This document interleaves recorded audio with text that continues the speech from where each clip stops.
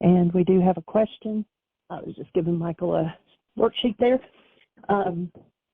We had a question about one of our worksheets called the Mind Goal Management, and wanted further explanation on that. So Michael's going to cover that when he gets on. And we're glad that you're with us. And looks like a good crowd on the switchboard. And I am connecting to Podbean. Whoops, except I can't mute myself when I'm talking to you, right? Okay, so getting both switchboards going so that we can tap into audiences in different places. We're glad we have this technology. It is a learning curve for us, but we're getting there. And so Michael's with us now, so I'm going to just say welcome, Michael. You're muted. You are muted.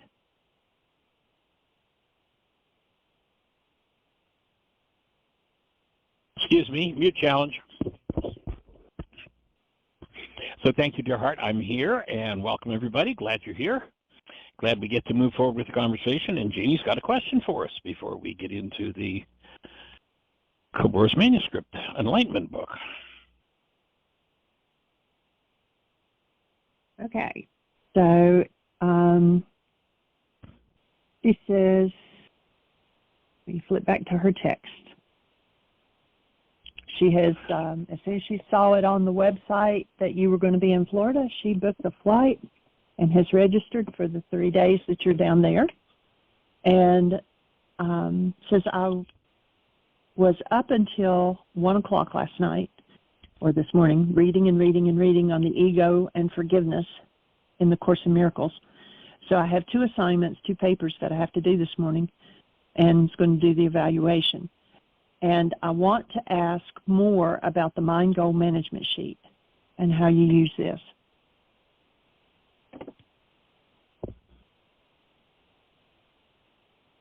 Okay, well, I wonder if it sounds like perhaps she has been using the sheet, and so maybe there's some specific questions. So maybe we want to wait until we have her on the phone and we get into questions on the Mind Goal Management Sheet. It's a worksheet for anybody who doesn't know what it is. It's a worksheet that we use in the Getting the Stress You Need workshop. And looking at the fact that the mind, through our genetics, tends to have literally, who knows what kind of number you could put on, millions, maybe billions of unresolved goals. And people tend to live in a world where life comes along and resonates something for them, and whatever's going on out of genes, out of carbon-based memory, tends to formulate into goals and drive behavior, which would be kind of a purposeless life. But just fulfilling energetic patterns from the past isn't ever really going to accomplish what a life is about. And so the Mind Goal Management Sheet is about strengthening the higher faculties of being, which is the faculty of will, and how to exercise and develop that faculty of will to bring it online so that we can manage our minds directly. So that's a sheet that we teach in the both in Laws of Living and in the Getting the Stress You Need. But I'm thinking that, seeing as how we haven't laid a foundation for this, perhaps we wait until she's available to do some questions one-on-one. Unless she happens to be on the show, and we can go with the question or questions that she has. She is not, but I just got a text from someone and said, how do we find out about your Florida trip? So if you go to our website, whyagain.org, and click on schedule, there is, all the things like the monthly membership, intuitive development, all that. If you go on down there, you'll see a picture of Michael, and it says live events, Sarasota, Florida. If you click on Learn More, there is all of the information. You can download the flyer. He's going to be there Friday, Saturday, Sunday. And that is May 4th and 5th of May, first weekend. And so all the information is there, and you can download the flyer. Yeah, we're going to be in Sarasota, and on Friday night we're going to do a free and open Why Is This Happening to Me Again workshop. Saturday we're doing a Mind Shifters and Still Point Breathing, and Sunday afternoon doing Codependence to Interdependence. And it's a medical center down there, Rejuvenation, I believe it's called. The gentleman has been doing my work for the last 30-some years. And do you recall what John's center is called, sweetie? I don't have the flyer in front of me. I actually do. Hold on, let me get it out. It is Advanced Rejuvenation. Rejuvenation, that's it. Advanced Rejuvenation, and it's on Northeast Avenue in Sarasota, Florida. And Dr. Jean Laurence does a really wide array of some pretty cutting-edge stuff. You might recall the last time I was down visiting with him in Sarasota, I shared how I sat in on a procedure where he takes a needle that's about a foot long, costs, if I remember correctly, it was $1,800 for the needle. You only use it once. And you actually puncture into the hip, through the hip bone, collect from inside the hip bone stem cells, take them out, put them in a centrifuge, get them ready, and then using another piece of technology, looking at exactly where injuries are, say, for instance, in a joint. This one was, if I remember correctly, was a shoulder joint. And so using ultrasound, could see exactly where the joint was damaged, then taking those stem cells and putting them right into the joint where they rebuild the joint. Some pretty amazing technology that Dr. John Laurence is using. So, and he's been doing the forgiveness work for a number of years. And I've spoken at his facility a couple times over the years. And he asked if we'd come down and do another series. So that's what we'll be doing the first weekend in May. So come and play. And actually, you'll be doing that. Right, I'll be doing that. Ginny will be coming back and taking care of Aria Rain. Yeah, the other set of grandparents are also gone that next week, so it's up to me. And then I'll be flying in the following Saturday so that Jeannie can leave. Well, actually, we're going to do Aria Rain's recital, and then Jeannie will be heading out for a week's vacation with a friend of hers. Who's going to Florida to hang out near the beach. So, and I get to stay in Bristol and tend the garden. Hey, how cool is that? So do we have anybody else in the phone queue with a hand up or anything happening in the chat room, sweetie? It's all quiet. We've got a couple of people on Podbean in the listener section and chat room. And then we've got a bunch of people on the switchboard today, but there are no hands up. So I would say go for the Enlightenment. Okay. Unless somebody has a question for us, comment. We've been getting into some issues the last few days. A hand just went up. Go for it. I think it is Mr. Terry Bowling, 336. You're on the air. Hello, welcome, folks. Sir. Hey there. All right. How do you be? Yeah, I be real well. The doctor did say I had a torn bicep yesterday, so I don't know what to do about that or what you do with a torn bicep. But they're gonna send me to another guy who's gonna hopefully refer me to some type of physical therapy and do some kind of scan, test, all that. See if they'll need to do surgery, which I prefer not to, if at all possible. I don't understand why they have to do surgery, but I don't understand a teared muscle either. So that's one of my big issues. But what I wanted to share about was that for the last 2.5 hours, I've been going through this process of trying to get a turn signal bulb replaced on my truck. Okay, and I thought 2.5 hours? Yeah, 2.5 hours. Started at the Dodge dealership. It was an aftermarket housing that had been put into the truck, so they don't even handle it. They said, but if you go to the auto zone and get a bulb, we'll put it in for you. I went to the auto place, and they said, well, it's not that easy.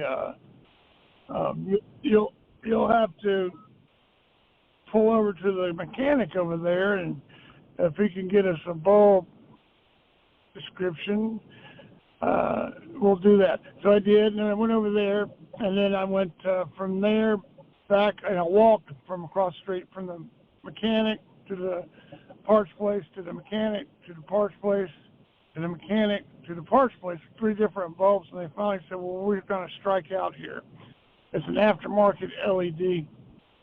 And then the one guy did finally determine it was an order online only product, that whoever put it in there was a bit of a backyard mechanic guy.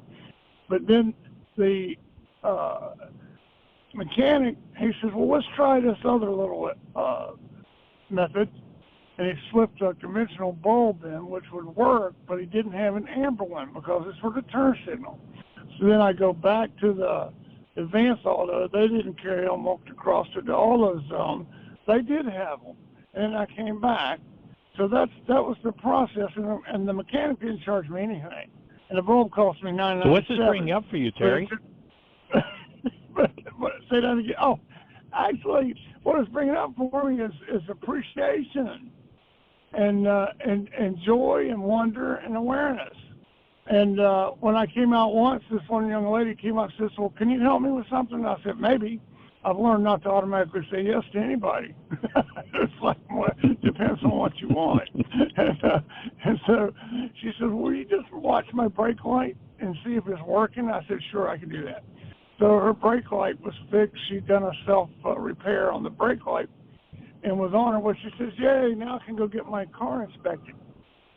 So as falling back to the previous question, appreciation, joy, understanding, and I play a game with myself about, how can I connect with each person on a personal level? What can I do to make it a true human connection and to maintain a space of love and presence? So that's what I did. So I got to meet a half a dozen different characters here. Yeah, and a half a dozen different characters and maintained active presence of love, and I consciously canceled goals, well, at least 5 times, around different things. I kept canceling the goal, and I kept holding space for it to be handled in a good way, and it was resolved, and for $9.97, and it was really a beautiful experience, and so I had to contribute to the foundation that upon using your tools over and over and over and over and over. So that's what I wanted to check in and offer, and it'll be interesting to see what comes up in the reading or what anyone else may have to bring conversational-wise. But I would call it a very successful bulb exchange. So let me see if I understand correctly. What you're offering, if I'm catching your drift, is that through all that, there was a time when it would not have been quite as holy an encounter? Oh, yes. Yeah, you can chalk that one up. What would that encounter have looked like at another time, Terry?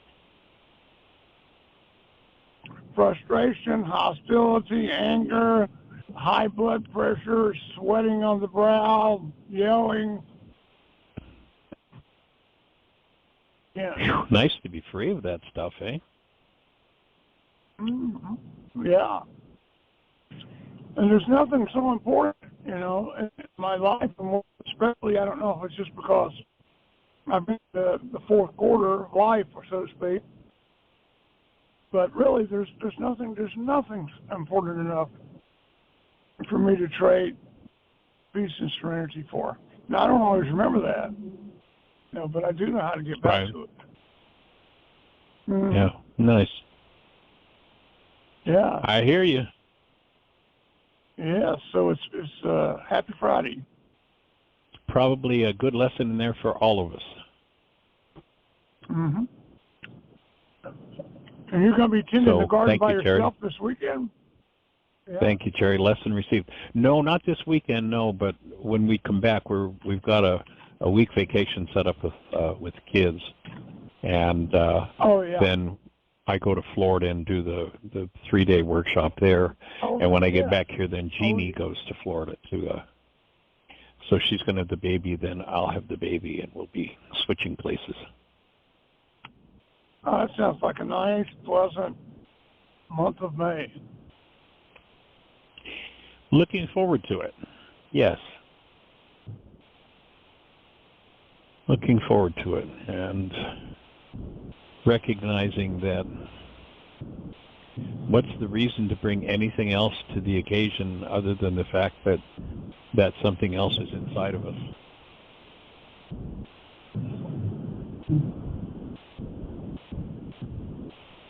So good lesson, Terry. Thank you. My pleasure. Thank you. All right.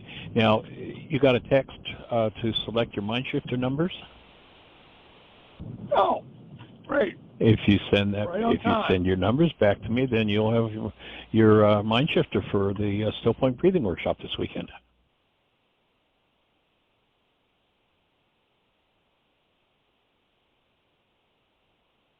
And we'll look forward to seeing you tomorrow at 11 o'clock. All right. Cool. Nice work, my friend. All right. All right. Have a blessed one. Okay. Bye-bye. Okay, so that raised a question.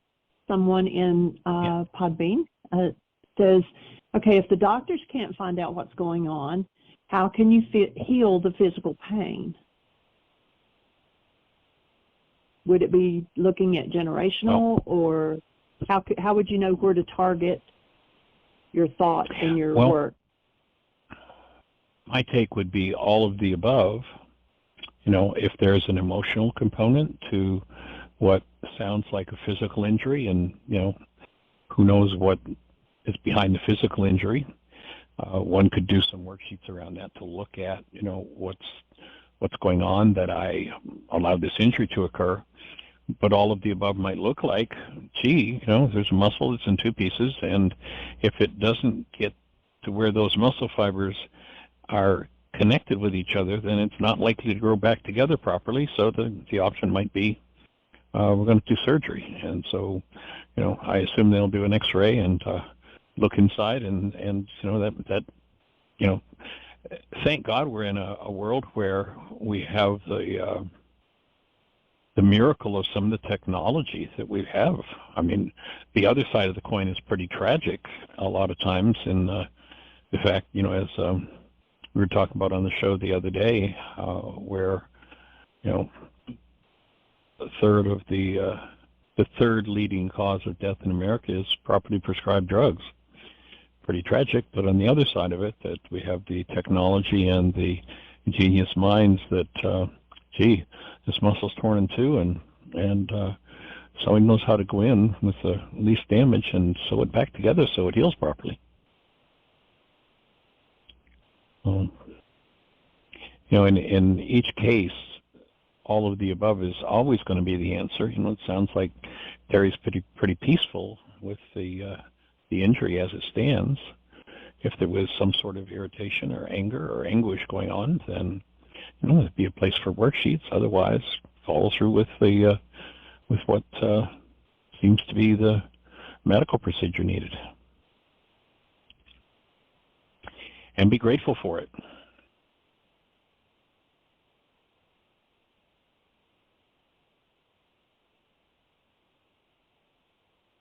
So that would be my input on what to do with that.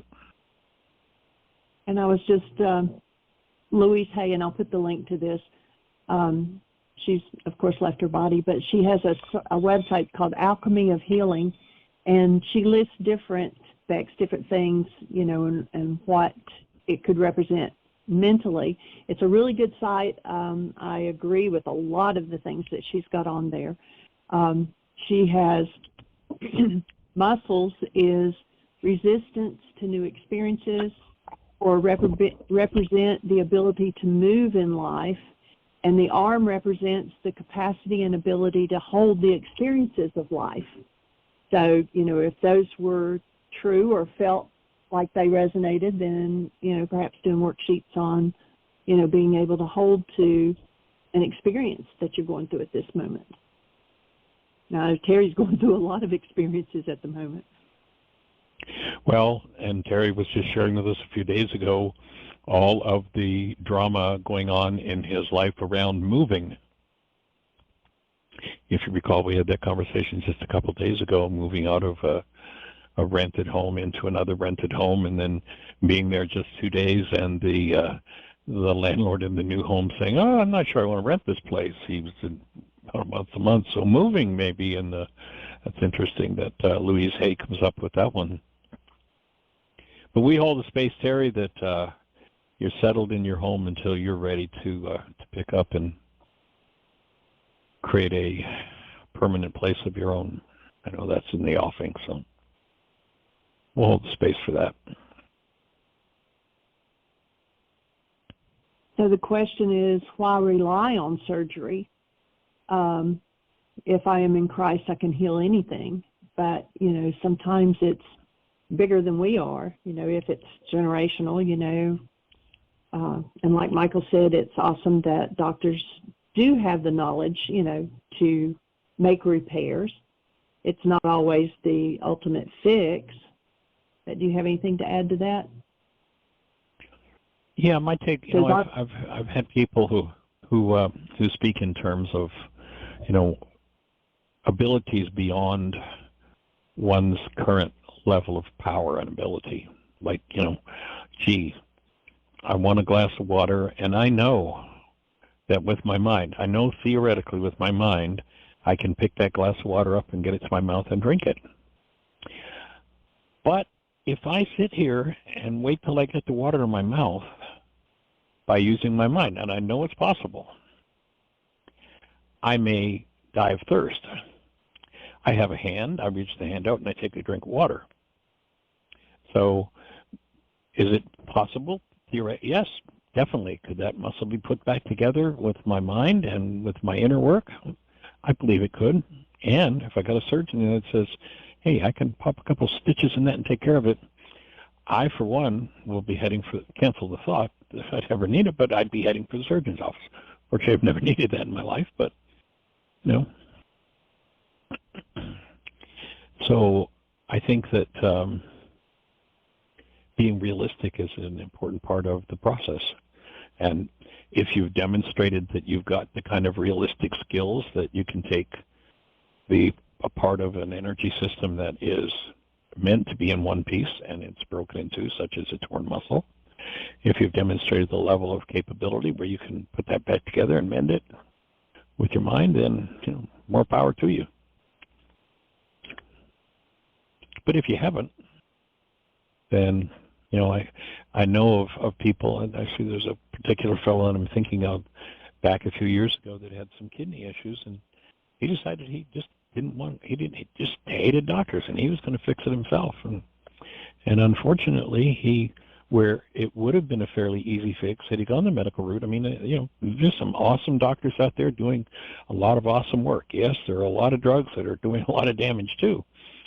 But in this particular case, this gentleman, if he had, when he first had the signal that he was having trouble with his kidneys, he'd gone and had it looked at and had it taken care of by a medical professional, he'd still be alive today. And he's not. Hasn't been for 3 or 4 years now. And, he decided he could do it, and he was going to do it on his own. And he couldn't, and he didn't, and it cost him his life. So to me, it's like, let's be practical and real. There are perspectives. And does that mean I'm not going to put the effort into doing the inner work required? Visualization's powerful. There's some powerful tools to use. And sometimes the pragmatic thing is to take the assistance that's needed and in the moment.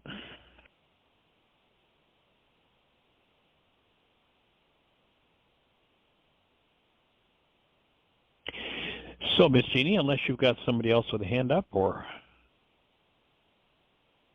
something happening in the chat room.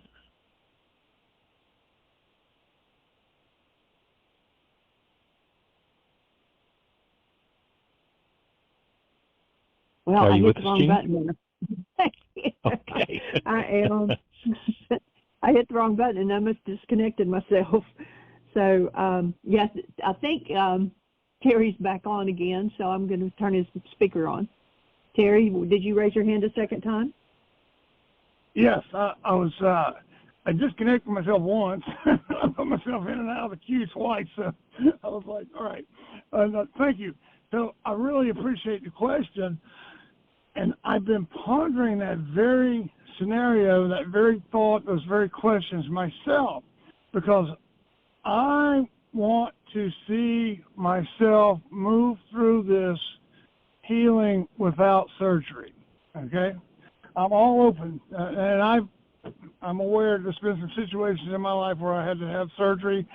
I'm not convinced that this is one. And to me, that's the primary factor. Do I really believe that this can be healed without surgery? And the answer for me is yes. Now, we'll see. I've appreciated the Louise Hay words as I've studied her work in the past, and if you've got a chance to send me those things, Jenny, that'd be great, or just reference where you got them. The one book, Heal Your Life, or something like that, but it sounds like this may be a different book. So no, it's actually that one, but I will send them to you. Okay, great.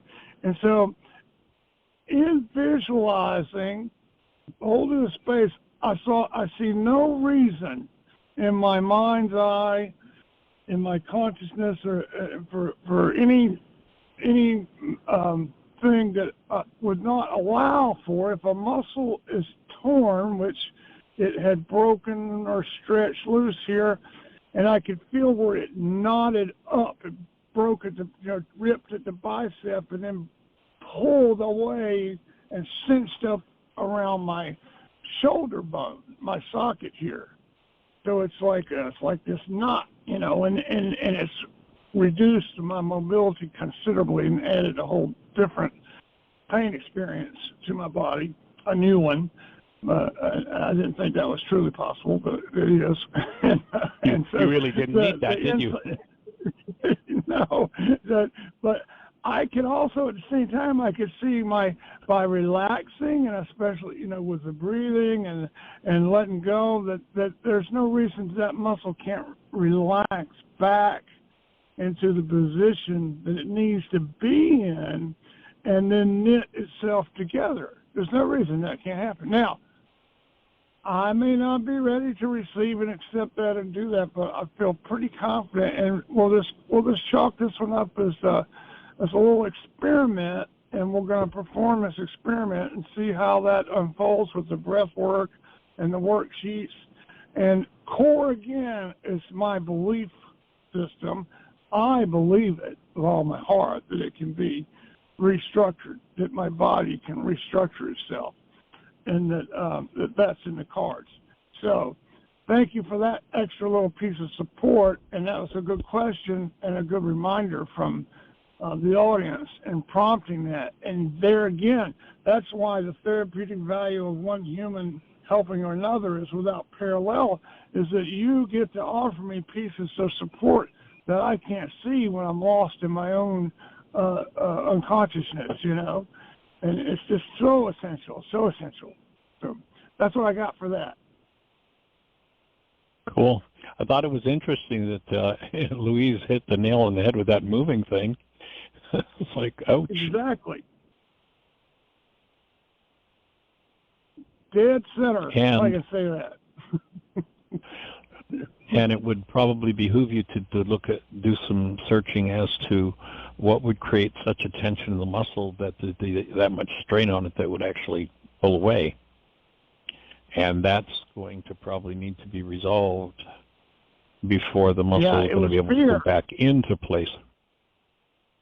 It was fear, and it was centered around financial fear, because that was what was driving my efforts to finish that project so that I could get the check, so that I could cash the check and have the money to do this. So the core was fear. You know, you can almost always distill it down to fear of some form or another. And then the fear was based on some perceived lack of some financial support, which again, that to me boils down to a lack of trust in the universe, complete trust and surrender. Is like, do I believe, you know, what's going on here or not? Do I believe what I believe or not? You know what I'm saying? Yep, yep.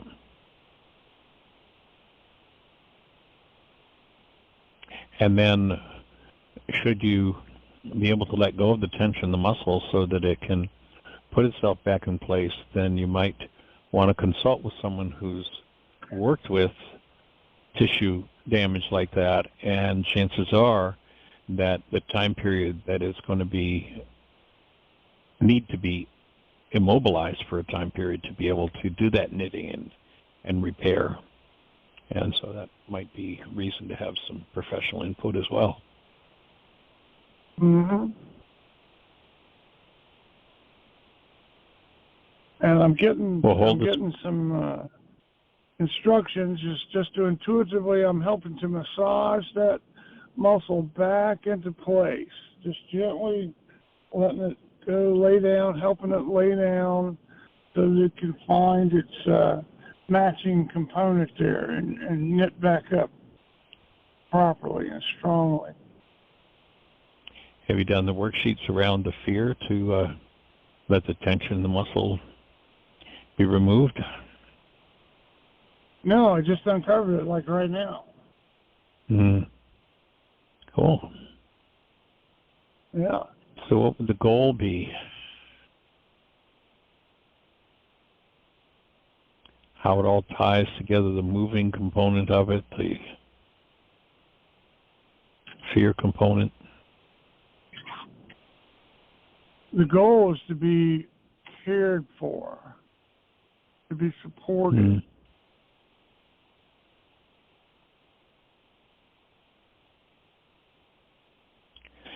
Well, know that you're supported and that there's a whole community of people right now holding the space and visualizing with you and for you the healing around that trust issue and around the tissue anomaly that came about as a result of it.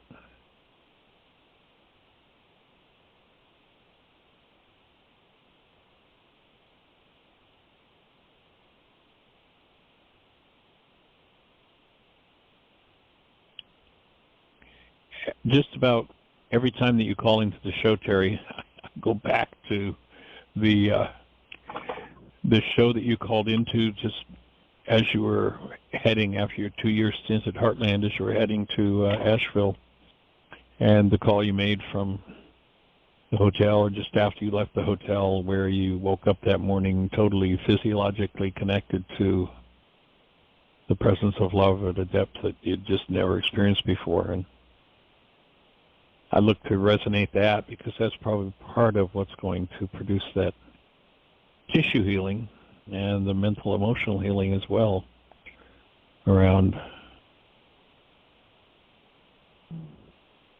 being so powerfully connected to love and trust that everything you need is always there for you.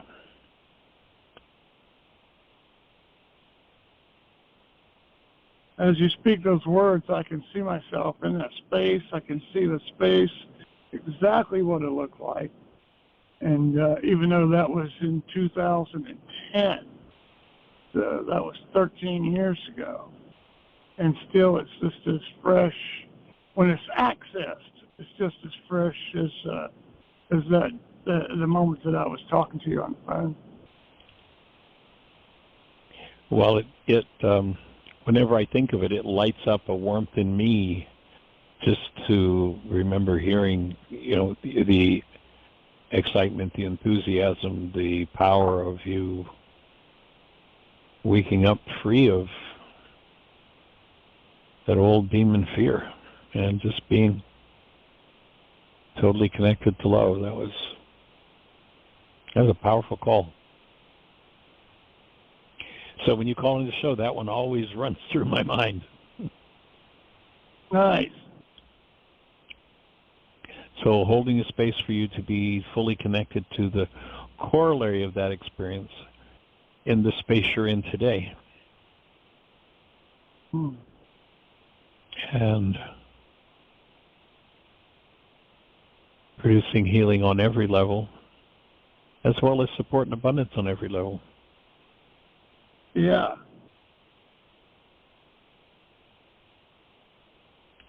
And being able to trust that. It's a great section in the Course in Miracles on the development of trust in the teacher's manual, if I remember correctly. That might be a good piece of reading to do.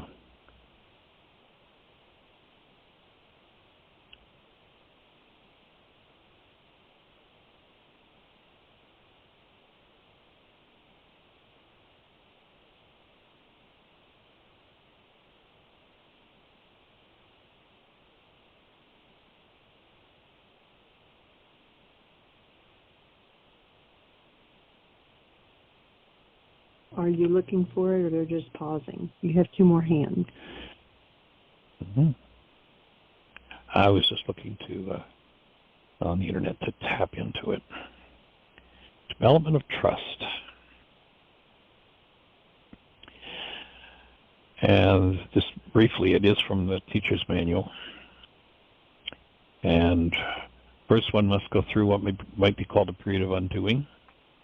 This need not be painful, but it's usually so experienced. It seems as if things are being taken away, and it's rarely understood initially that their lack of value is merely being recognized. How can lack of value be perceived unless the perceiver is in a position where he must see things in a different light? He is not yet at a point where he can make the shift entirely internally, and so the plan will sometimes call for changes in what seem to be external circumstances. These changes are always helpful. When the teacher of love has learned that much, they go on to the second stage. And then that second stage is a period of sorting out. This is always somewhat difficult because having learned that changes in one's life are always helpful, one must now decide. You sound like you're right in the middle of this one, Terry, like you've got this part of the lesson down pat. Decide all things on the basis of whether they increase helpfulness or hamper it. You will find that many, if not most things he valued before will merely hinder his ability to transfer what he's learned to new situations as they arise. And that's what I heard you talking about when you were talking about your running around and where you recognize the value of hostility was not, had zero to do with your experience, which many people would have found probably would have brought up a lot of frustration. Because one has valued what is really valueless, he will not generalize a lesson for fear of loss and sacrifice. It takes great learning to understand that all things, events, encounters, and circumstances are helpful. It is only to the extent to which they are helpful that any degree of reality should be accorded them in this world of illusion. The word value can apply to nothing else. Third stage we call the period of relinquishment. If this is interpreted as giving up the desirable, it will engender enormous conflict. Few teachers of love escape this distress entirely. There is, however, no point in sorting out the valuable from the valueless unless the next obvious step is taken. Therefore, the period of overlap is left to be one in which the teacher of love feels called upon to sacrifice his own best interests on behalf of truth. He's not realized as yet how wholly impossible such a demand would be. He can learn this only as he actually does give up the valueless. Through this, he learns that where he anticipated grief, he finds happy lightheartedness instead. There's your what you shared with us this morning, what was going on with the car. Happy lightheartedness, where he thought something was asked of him, he finds a gift bestowed on him. Then comes a period of settling down, a quiet time in which the teacher of love rests a while in reasonable peace. Now he consolidates his learning. Now he begins to see the transfer value of what he's learned. Its potential is literally staggering. And the teacher of love is now at the point in his progress at which he sees in it his whole way out. You give up what you do not want and keep what you do. How simple is the obvious and how easy to do. The teacher of love needs this period of respite. He has not yet come as far as he thinks. Yet when he's ready to go on, he goes with mighty companions beside him. Now he rests a while and gathers before him, going on. He will not go on from here alone. Next stage is a period of unsettling. Now must the teacher of love understand that he did not really know what was valuable and what was valueless. All that he really learned so far was that he did not want the valueless and that he did want the valuable. His own sorting out was meaningless in teaching him the difference. The idea of sacrifice, so central to the thought system, had made it impossible for him to judge. He thought he'd learned willingness, but now he sees he does not know what the willingness is for. And now he must attain a state that may take some time. He must learn to lay all judgment aside and ask only what he really wants in every circumstance. Not each step in this direction so heavily reinforced it would be hard indeed. Finally, there's a period of achievement. It is here that learning is consolidated. Now what was seen as shadows before becomes solid gains to be counted on in all emergencies, as well as tranquil times. Indeed, the tranquility is their result, the outcome of honest learning, consistency of thought, and full transfer. This is the stage of real peace, for here is heaven's state fully reflected. From here, the way to this community of love is open and easy. In fact, it is here who would go anywhere. His serenity is already complete, and who would seek to exchange tranquility for something more desirable.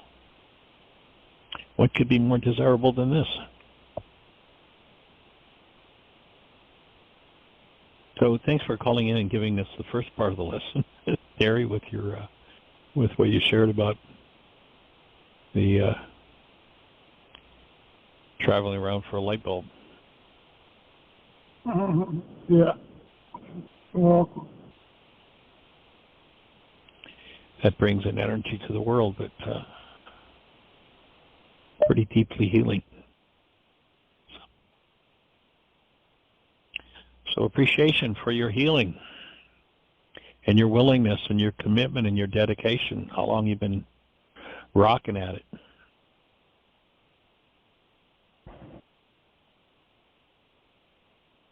you're welcome. My pleasure. All right.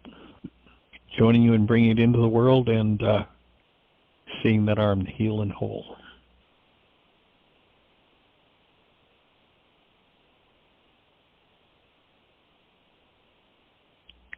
Breathing with you.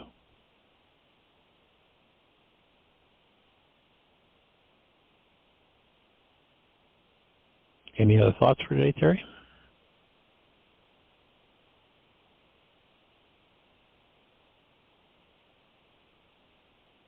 Nothing's coming up right now. I'm just enjoying the moment.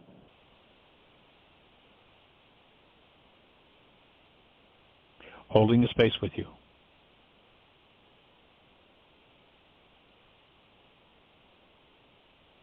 So, Miss Jeannie, you've got hand up? We actually have 3 hands up. The first one, I believe, is Joan. 903, you're on the air. Well, Am I on the air now? you're Hello? loud and clear. Oh, okay. I thought I put my hand down, but I wanted to say well, a couple of things, but just sending positive energy as I imagine everyone is doing for the gentleman that just spoke, Mr. Terry there. Something that came to mind. I met an occupational therapist many years ago, and it was a very powerful conversation. Essentially, what this therapist was telling me, we were having a conversation about, I don't know, nerve channels or something, and the sciatic nerve came about. and how much havoc it could wreak on a person's life, and just the constant back and forth trips to, you know, whoever they go to, whatever medicine they're getting. And she expressed to me how simple it is, you know, and what she does with her clients, which is, you know, the area that causes many sciatic issues, from her experience, is simply there's a portion of the sciatic nerve that travels through a canal, and what typically happens is it pops out, and it's just a constant, you know, income for, you know, some people. But she says that what she does is she just simply massages it back into place, and she teaches her clients where that is and how to do it. And that is the best form of treatment, because, I mean, as opposed to, you know, I don't know what it costs, you know, for, you know, treatment, but I imagine it's a lot, and it's a lot of pain that a person goes through. But it's a whole lot more cost effective. And it was like, for me, it was like, wow, you know, just doing one's due diligence in their area and sincerely having another's best interest in mind goes a long way. And that was super powerful to me, and I really appreciated her for what she did. But anyway, nice. Pardon? Sweet. So yeah, for sure. So anyway, the thought that came to mind with Mr. Terry there is, you know, I think when, you know, having the mindset that he has, you know, and believing that it'll come to be, you know, it could happen, you know, for sure, you know, and as it was mentioned, you know, but also kind of be practical about it. There's steps in between, as you know, it sounds that he understands. And to me, I feel that, you know, what I wanted to share is maybe picking up an anatomy and physiology textbook, if, you know, if that's your thing.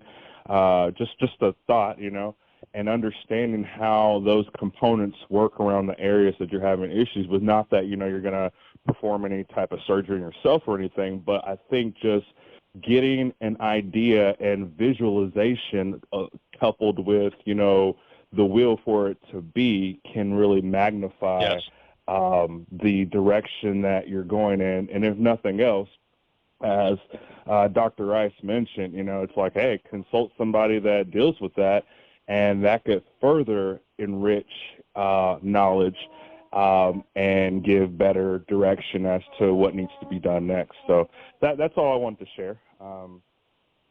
Great. Good one. Good thought to get a visual picture of what the perfect looks like, too. To hold that is definitely very powerful. Yes. Cool. And since I'm on here, a couple of days, I don't know, my days just run together. I want to say a week ago or so, but maybe it was just a few days. There was a young lady speaking about her grandson and just the troubles that he's having with, you know, just, I guess, extreme hostility is kind of what I took from it. Right. Yeah. And he's college level.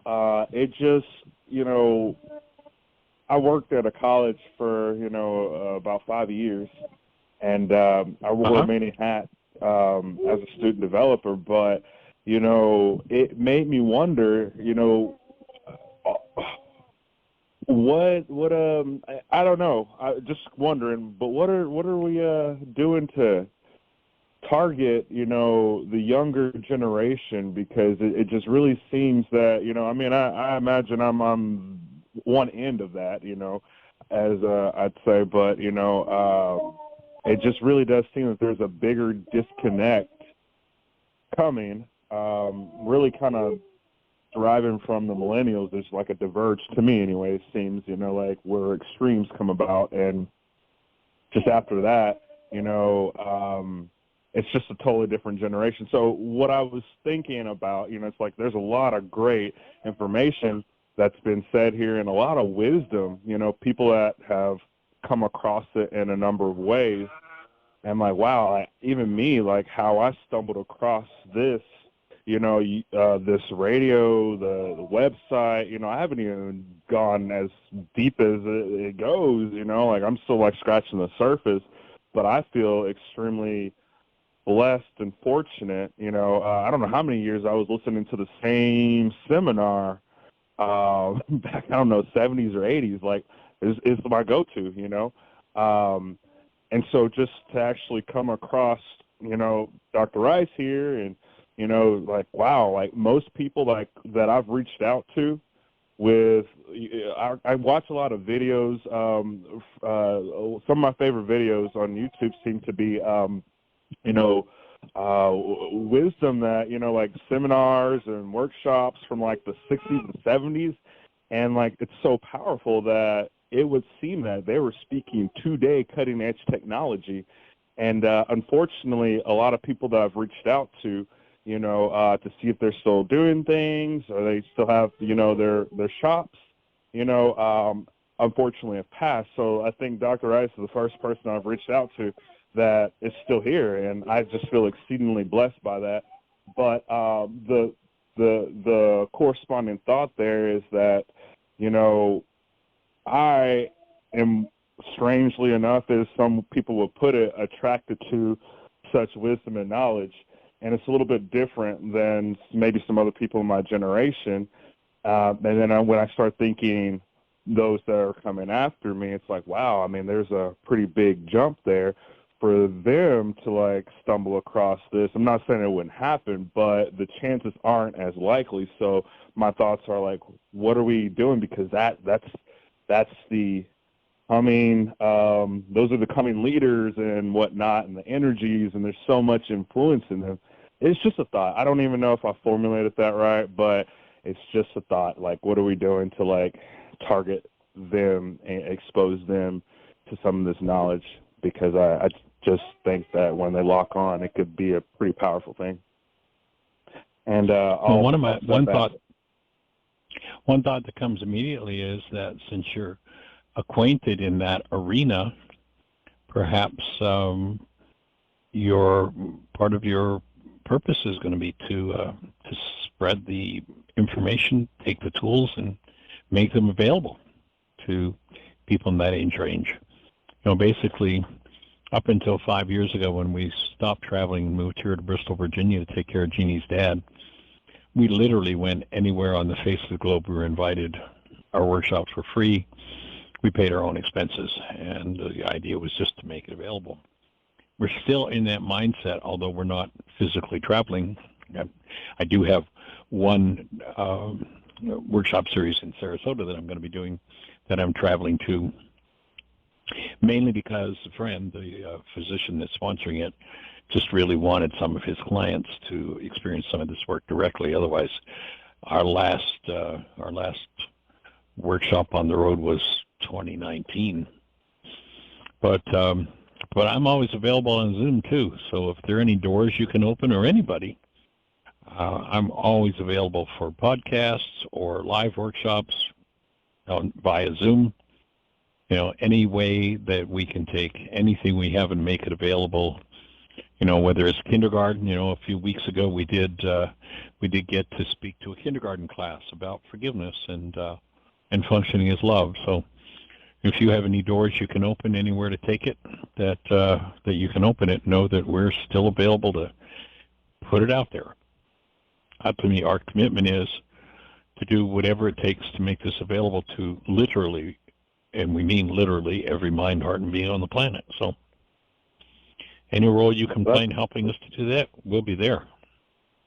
Awesome, and I will certainly keep that in mind moving forward. And I totally off from what's been said here. It just came to mind. I wanted to express gratitude towards you, and I don't remember the caller's name, but she had asked you something that I had actually thought before, but it was like in the back recesses of my mind. I sort of suppressed it for some reason. Right. But I don't recall exactly how it came about, but in essence, she asked you how you continue to move forward in this journey, and your response was very powerful, and it was super encouraging. And that is, just a little bit of leaven. It's like, wow, that says it all. I mean, it doesn't say it all to some, but the way you put it, it's like all it takes is a few people, and what's a few, when you look at the total mass, all the people on the planet, it's a lot, and a little bit is still going to be a lot, but it's a whole lot more powerful. I don't know. Either way, it was just that was extremely encouraging, and it really helped me to understand how you do keep going on. Because I've wondered, it's like, man, that's a lot of energy you're dispensing. Just being, I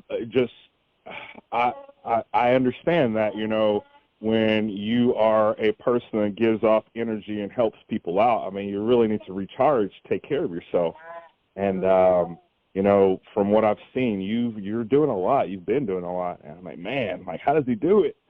But you explaining that, I think, gave me a charge for years to come. So thank you.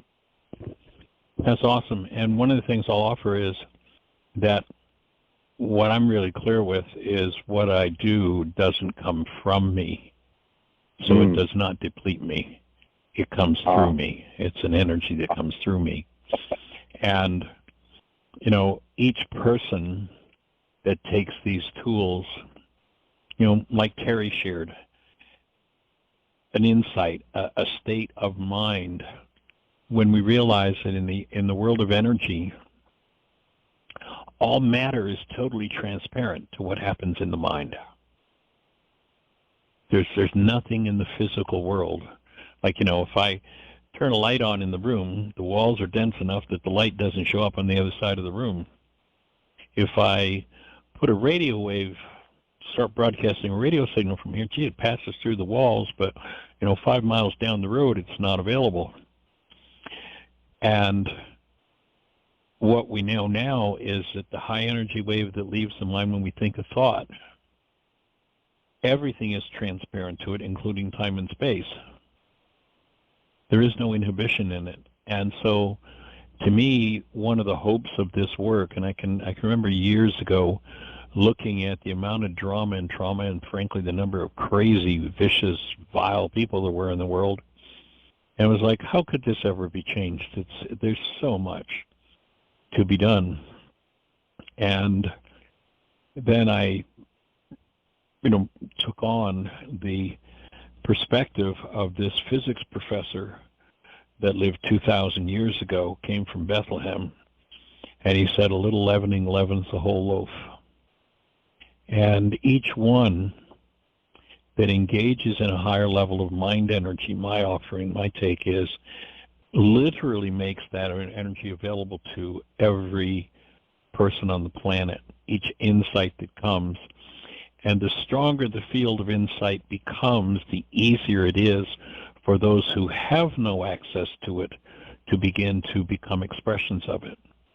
And for me, the verification of that, you may have heard me talk about this before, but this to me is just speaks volumes about what we do with our minds, and that is, if you do some research in the area of patents, there are several occasions where a patent was taken out in the United States Patent Office for something unique that had never been seen in the world before.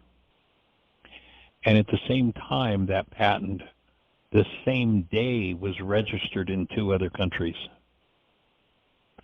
by people who had never had any contact with the person registering it here, and that's happened several times.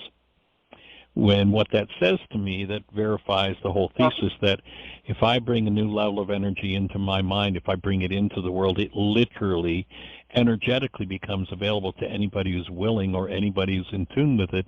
And like states of mind, reinforce those states of mind in others. So the more people we can get to drop, to work through, to let loose of the hostility and fear game, and literally bring the active presence of love into a circumstance.